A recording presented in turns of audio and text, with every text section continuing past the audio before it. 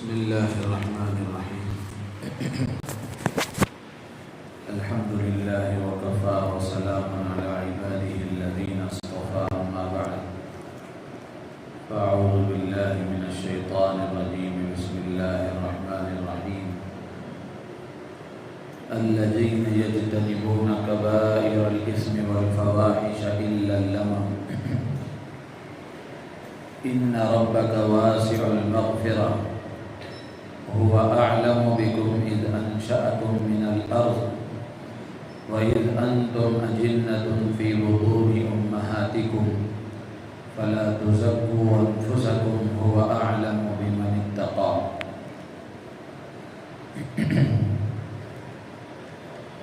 محترم بزرگ و عزیز دوستوں، یہ سورہ نجم 27 پارے کی آیت نمبر 32 آپ کے سامنے پڑھی گئی۔ اس میں اللہ تعالیٰ ارشاد فرماتے ہیں الذین یجتنبون کبائر الاثم والفواحش، کہ جو لوگ بڑے بڑے گناہوں سے بچتے ہیں، بے حیائی کے کاموں سے بچتے ہیں، سوائے چھوٹے چھوٹے اور ہلکے ہلکے گناہوں کے۔ ان ربک واسع المغفرہ، بے شک تیرا رب وسیع مغفرت والا ہے۔ هو اعلم بکم اذ انشأکم من الارض، وہ تمہیں خوب جانتا ہے جب اس نے تمہیں زمین سے پیدا کیا۔ وَإِذْ أَنْتُمْ أَجِنَّةٌ فِي بُطُونِ أُمَّهَاتِكُمْ، اور جب تم اپنی ماؤں کے پیٹوں میں بچے تھے اس وقت بھی جانتا ہے۔ فَلَا تُزَكُّوا أَنفُسَكُمْ، لہذا تم اپنے آپ کو پاک پوتر مت سمجھو۔ هُوَ أَعْلَمُ بِمَنِ اتَّقَى، وہ خوب جانتا ہے کہ کون تقوی والا ہے۔ اس میں اللہ تعالیٰ نے اپنے نیک بندوں کی ایک صفت بیان فرمائی کہ اللہ کے جو بندے ہوتے ہیں وہ بڑے بڑے گناہوں سے اپنے آپ کو بچاتے ہیں، کبیرہ گناہوں سے اپنے آپ کو بچاتے ہیں، اور بے حیائی کے کاموں سے اپنے آپ کو دور رکھتے ہیں۔ کبیرہ گناہ دو قسم کے ہیں، ایک کبیرہ اور ایک صغیرہ، بڑے گناہ چھوٹے گناہ۔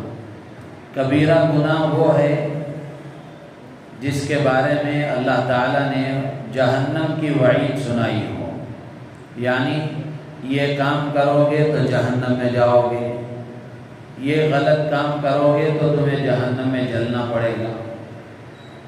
تو وہ کام جس کے بارے میں اللہ نے جہنم کی وعید سنائی ہے وہ بڑا گناہ ہے۔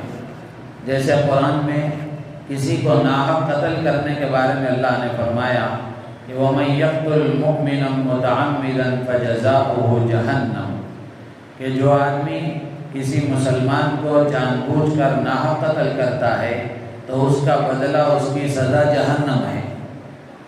تو اس کا مطلب ہوا کہ یہ بڑا گناہ ہے، کبیرہ گناہ ہے کسی کو ناحق قتل کرنا۔ اسی طرح کبیرہ گناہ وہ ہے جس پر حد جاری کی جاتی ہے، یعنی جس غلط کام کے کرنے پر شریعت میں حد بیان کی گئی ہو، اس کی سزا بیان کی گئی ہو۔ جیسے شراب نوشی کی سزا ہے، زنا کی سزا ہے، چوری کی سزا ہے، ہاتھ کاٹنا۔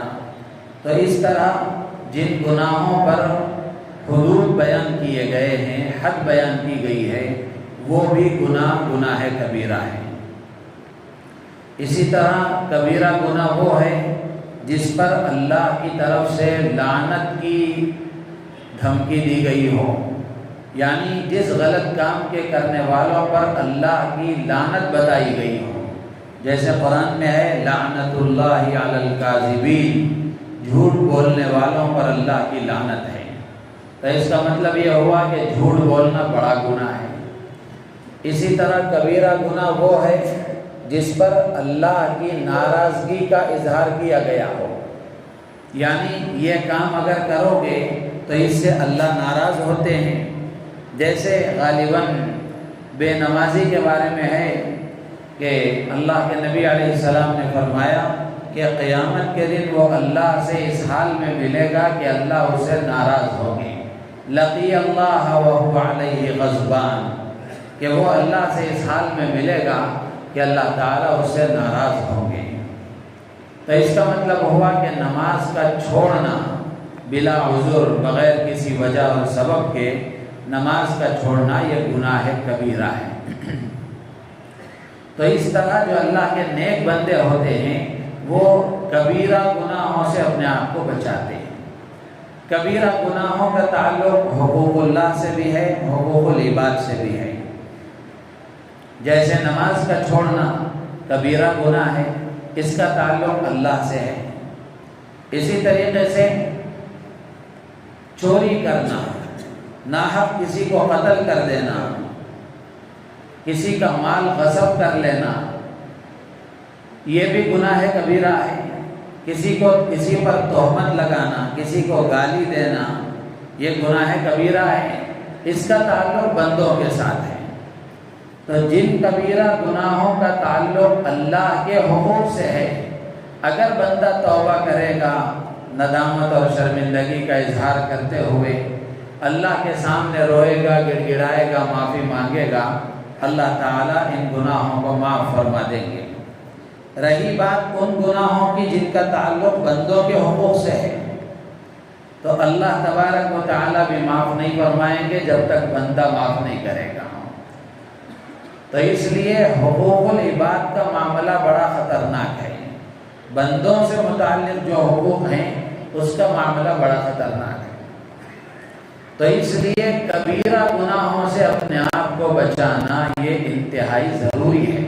اور ایک مومن جو سچا پکا ایمان والا ہے وہ کبیرہ گناہ اپنے ذمے کبھی رکھ ہی نہیں سکتا۔ اگر اس سے کبھی بشری تقاضے کی وجہ سے یا کسی بھی وجہ سے کبیرہ گناہ ہو بھی جاتا ہے تو جب تک وہ توبہ نہیں کر لیتا اس وقت تک اسے چین نہیں آتا۔ اب اگر آدمی سے کبیرہ گناہ ہوتے جا رہے ہیں، ایک کے بعد دوسرا، دوسرے کے بعد تیسرا، کبیرہ گناہوں کی لائن لگی ہوئی ہے، آدمی کے کان پر جوں تک نہیں رینگ رہی ہے اور آدمی کو اس کا خیال ہی نہیں آ رہا ہے کہ اتنے کبیرہ گناہ مجھ سے ہو رہے ہیں، اللہ سے معافی مانگنے کا خیال نہیں، توبہ اور استغفار کا خیال نہیں، تو پھر ایسے آدمی کو اپنے ایمان کی فکر کرنی چاہیے۔ جیسے مثال کے طور پر نماز پر نماز چھوڑے جا رہا ہے آدمی، اس کو احساس ہی نہیں ہے کہ دن میں 5 نمازیں مجھ پر فرض ہیں اور کتنی نمازیں میں روزانہ چھوڑ رہا ہوں، اس کو احساس ہی نہیں ہے۔ تو پھر ایسے آدمی کو اپنے ایمان کے بارے میں فکر کرنی چاہیے، اس لیے کہ جو سچا پکا مومن ہوتا ہے، جو سچے پکے ایمان والا ہوتا ہے، جو حقیقی ایمان والا ہوتا ہے، وہ اپنے ذمے کوئی کبیرہ گناہ باقی رکھ نہیں سکتا۔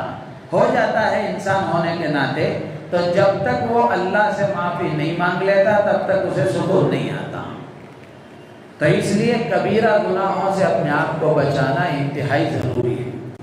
اور کبیرہ گناہ پر اللہ کی طرف سے جو سزائیں ہیں وہ تو ہیں، کبیرہ گناہ کے ارتکاب پر اللہ کی طرف سے سزا بھی آتی ہے، اور اس کے ساتھ ساتھ آدمی کے اخلاق خراب ہو جاتے ہیں، معاشرہ بگڑ جاتا ہے، معیشت کے اسباب خراب ہو جاتے ہیں، اور پورا ایک معاشرہ تباہ اور برباد ہو جاتا ہے۔ جیسے مثال کے طور پر زنا اگر عام ہو جائے، چوری اگر عام ہو جائے، قتل اگر عام ہو جائے، ڈاکہ زنی اگر عام ہو جائے، تو ان گناہوں پر اللہ کی طرف سے جو سزا ہے وہ تو ہے، لیکن ان گناہوں کی وجہ سے معاشرہ تباہ و برباد ہو جاتا ہے، بے حیائی پھیل جاتی ہے، اخلاق بگڑ جاتے ہیں، اور معیشت کے اسباب تباہ و برباد ہو جاتے ہیں۔ تو اس لیے اللہ فرماتے ہیں کہ اللہ کے جو مقرب بندے ہوتے ہیں وہ کبیرہ گناہوں سے بچتے ہیں، الا اللمم، مگر لمم کہتے ہیں ان گناہوں کو جو آدمی سے کبھی کبھار اتفاقی طور پر ہو جاتے ہیں، ایک تفسیر یہ ہے، اور بعض حضرات مفسرین نے لمم سے مراد لیا ہے صغیرہ گناہ۔ صغیرہ گناہ آدمی سے ہو جاتے ہیں، اور صغیرہ گناہ آدمی نیک عمل کرتا ہے تو ان نیک اعمال کی برکت سے صغیرہ گناہ معاف ہوتے رہتے ہیں۔ نماز آدمی پڑھ رہا ہے، وضو کر رہا ہے، مسجد میں صحیح سنت طریقے سے داخل ہو رہا ہے، تو ان چھوٹے چھوٹے عملوں کی وجہ سے بھی جو چھوٹے گناہ ہیں وہ معاف ہوتے رہتے ہیں۔ تو اللہ تعالیٰ فرماتے ہیں کہ جو اللہ کے مقرب بندے ہیں وہ کبیرہ گناہوں سے، بے حیائی کے کاموں سے بچتے ہیں۔ ہاں چھوٹے موٹے جو گناہوں سے ہو جاتے ہیں اللہ تعالیٰ انہیں معاف فرما دیتے ہیں، اس لیے کہ اللہ تعالیٰ اپنے بندوں پر ظلم کرنے والے نہیں ہیں، بلکہ اللہ تعالیٰ اپنے بندوں کو معاف کرنے کے لیے بہانہ ڈھونڈتے ہیں، بہانہ ڈھونڈتے ہیں۔ ان ربک واسع المغفرہ، بے شک تیرا پروردگار وسیع مغفرت والا ہے۔ اللہ تنگ نظر نہیں ہے، بلکہ اللہ کی مغفرت وسیع ہے۔ ذرا بندہ متوجہ ہوتا ہے، ذرا نادم و شرمندہ ہو جاتا ہے، ذرا ایک آنسو بہا لیتا ہے ندامت کے ساتھ، اللہ سارے گناہوں کو معاف فرما دیتے ہیں۔ پھر آگے پر اللہ فرماتے ہیں کہ اللہ تمہیں خوب جانتا ہے جب اللہ نے تمہیں زمین سے پیدا کیا۔ انسانوں کے بارے میں اللہ کہتے ہیں کہ جب تمہیں زمین سے پیدا کیا، ظاہر سی بات ہے کہ حضرت آدم مٹی سے پیدا ہوئے تھے، اس کے بعد پھر توالد اور تناسل کا سلسلہ چلا، ورنہ تو جو پہلا انسان ہے وہ مٹی ہے اور زمین سے ہی پیدا کیا گیا تھا۔ یا پھر اس کا مطلب یہ ہے کہ زمین سے پیدا کرنے کا مطلب یہ ہے کہ آدمی جو غذائیں استعمال کرتا ہے وہ غذائیں زمین سے ہی پیدا ہوتی ہیں، تو نتیجے میں آدمی بھی زمین سے پیدا ہونے والا ہوا۔ تو اللہ کہتے ہیں کہ جب اللہ نے تمہیں زمین سے پیدا کیا تب بھی اللہ تمہیں خوب جانتا ہے۔ وَإِذْ أَنْتُمْ أَجِنَّةٌ فِي بُطُونِ أُمَّهَاتِكُمْ، اور جب تم اپنی ماؤں کے پیٹوں میں جنین کی شکل میں، بچے کی شکل میں تھے، اللہ اس وقت بھی تم سے واقف تھا۔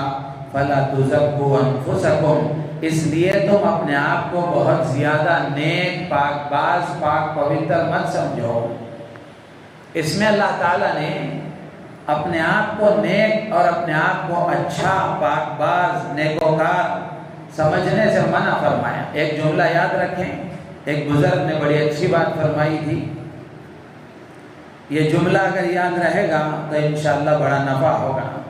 بزرگ نے فرمایا تھا کہ اپنے آپ کو نیک بنانا فرض ہے، اپنے آپ کو نیک بنانا فرض ہے، اور اپنے آپ کو نیک سمجھنا حرام ہے۔ اپنے آپ کو نیک بنانا، نیک بنانے کا مطلب نمازی بنانا، دیندار بنانا، ایک اچھا تاجر بنانا، ایک اچھا شوہر بنانا، ایک اچھی بیوی بننا، ایک اچھی بیٹی بننا، ایک اچھا باپ بننا، ایک دیندار مسلمان بننا، یہ فرض ہے آدمی کے ذمے میں۔ لیکن آدمی اپنے آپ کو بہت زیادہ دیندار سمجھنے لگ جائے اور اپنے ذات میں اپنے آپ کو بہت زیادہ نیکوکار سمجھنے لگ جائے، یہ حرام ہے۔ اللہ فرماتے ہیں فَلَا تُزَكُّوا أَنفُسَكُمْ، اپنے آپ کو نیکوکار مت سمجھو، هُوَ أَعْلَمُ بِمَنِ اتَّقَىٰ، اس کے سامنے سب کا کچا چٹھا کھلا ہوا ہے، وہ سب جانتا ہے کس کا کیا حال ہے، کس کی کیا حالت ہے۔ هُوَ أَعْلَمُ بِمَنِ اتَّقَىٰ، وہ خوب جانتا ہے کہ کون تقوی والا ہے۔ تو اس لیے اپنے آپ کو نیک بنانے کی فکر کرنا ہر مسلمان کے ذمہ ضروری ہے، لیکن آدمی اپنے آپ کو نیک سمجھ کر دوسروں کو حقیر سمجھے، اللہ نے اس کی اجازت نہیں دی ہے۔ ایک صاحب اللہ کے نبی علیہ السلام کی خدمت میں ایک بچی کو لے کر آئے۔ اللہ کے نبی علیہ السلام نے پوچھا اس بچی کا نام کیا ہے؟ تو ان صاحب نے فرمایا کہ اس کا نام برہ ہے۔ برہ کے معنی آتے ہیں نیک، نیکوکار، دیندار۔ اللہ کے نبی علیہ السلام نے فرمایا کہ یہ نام مناسب نہیں ہے، یہ نام بدل کر تم ان کا نام زینب رکھو، ان کا نام زینب رکھو، اس لیے کہ اس سے خود ستائی کی، اپنے آپ کو اچھا سمجھنے کی ایک بو آتی ہے، اس لیے ایسے ناموں سے بھی اپنے آپ کو پرہیز کرو۔